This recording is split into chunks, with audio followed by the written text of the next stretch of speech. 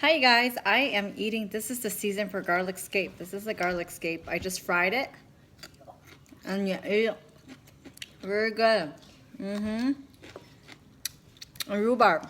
You know rhubarb? This is rhubarb. The rhubarb nó cũng muốn lại mềm. Muốn cho cột gió, you see that? Yeah, no cột gió. Chop into little pieces. These are raw. I didn't fry or anything. No rhubarb. Rhubarb got.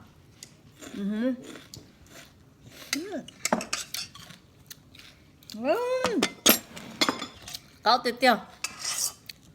Đâu có gió là có cơ nữa. Rhubarb, No. garlic scape. They look like this. They're nice and long like this. You just fry them, salt it, and eat it. Like this. You could chop into little pieces. You want to get fancy, but here I eat with my finger. I'm gonna eat it. Just leave it. It's also in the season for kale. Perfect. We don't like vegetable, you won't survive in this house. Yep. We eat with our finger. We're Hmong people. We eat with a finger. Nếu kho rau, nếu kho mỏ.